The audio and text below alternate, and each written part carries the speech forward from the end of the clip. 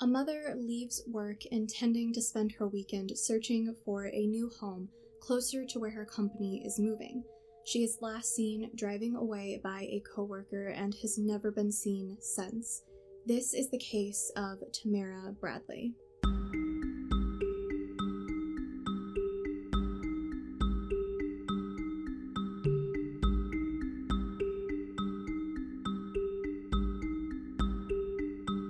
Before we begin, I just want to remind everyone that you can find important information related to today's case in the description box down below, including contact info, relevant case IDs, and a pastebin link to all of the sources I used in today's video. If you want channel updates and additional content, you can follow me over on Twitter at ANTrueCrime.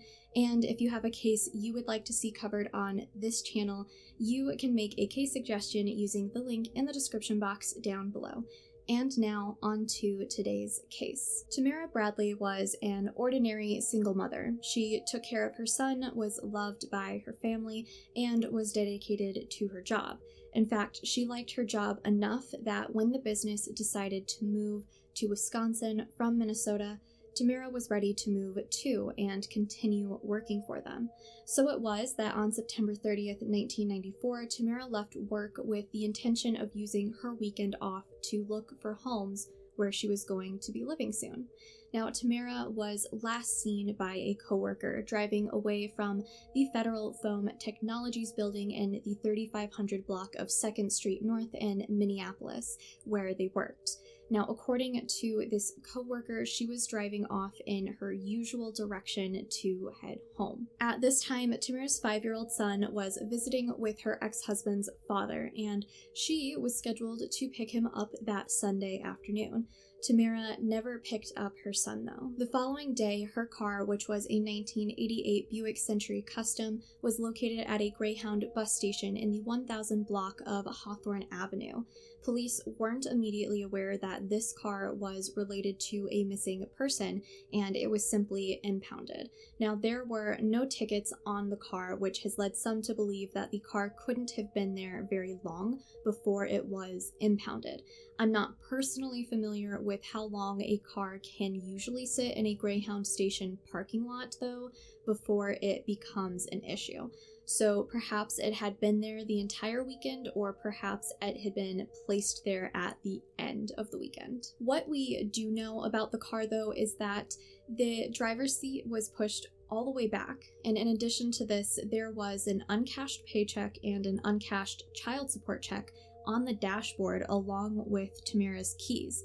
In statements to the media, Tamara's sister Wendy said, "My sister was 5 foot something. She was small, but the driver's seat of her car had been pushed all the way back when it was found. Someone else was in there." Tamara's family has stated that they can't think of any reason that she would have left her life and her son behind.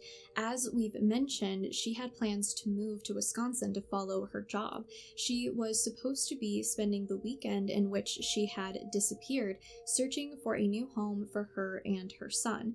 Now, she left behind uncashed paychecks and child support checks along with her keys. Since her disappearance, there has never been any activity on her bank accounts. Nothing in particular would lead anyone to believe that she had any intention of leaving everything behind. Tamara's case had been actively investigated according to the Blaine Police Department until February of 1995.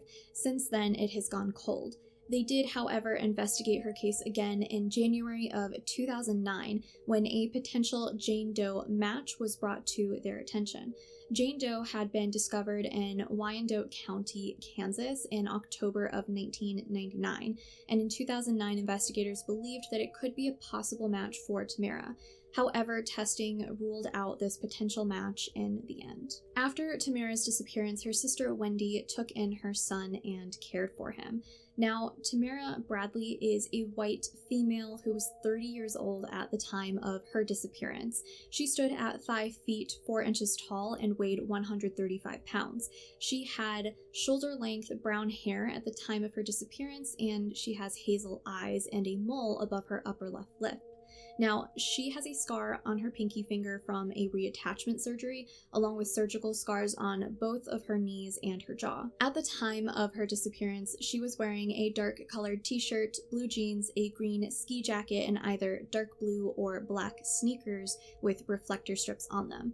Now, Tamara usually carried a clutch-style purse, and she may have had one on her at the time she disappeared. She also wears a partial denture plate and had suffered a broken arm previously, which may be evidenced in remains if she is no longer alive. Tamara's ears were also pierced, and she sometimes went by the nickname of Tammy. Now, dental records and DNA are both available for comparison in her case. If you have any information related to Tamara's case, I would highly urge you to contact the Blaine Police Department at 763-785-6168.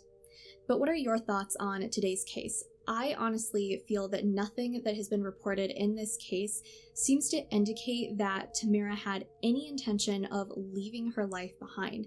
She left behind uncashed checks in her vehicle, which is the last place in which we know she had definitely been. Why wouldn't she take her car further if she had been intending to leave and disappear? Why wasn't there any indication that she had taken money from her accounts to sustain herself until she could find a different job somewhere? And why would she be making active plans to move with her company and find a new home if she had been planning to leave all along? I truly believe that everything seems to indicate that something happened to Tamara that was out of her control. I hope that someday someone who knows what may have happened will come forward so that her family can get closure. But let me know what your thoughts are about today's case in the comment section down below. Just remember, as always, to remain respectful. You can also help me to keep cases like these in the public eye by sharing this video or someone else's. You can also help by liking, commenting, or subscribing, and even just watching these kinds of videos. This helps to keep these victims' stories in people's minds. So with all of that, I just want to say thank you so much for watching today's video, and I will see you all soon for another case.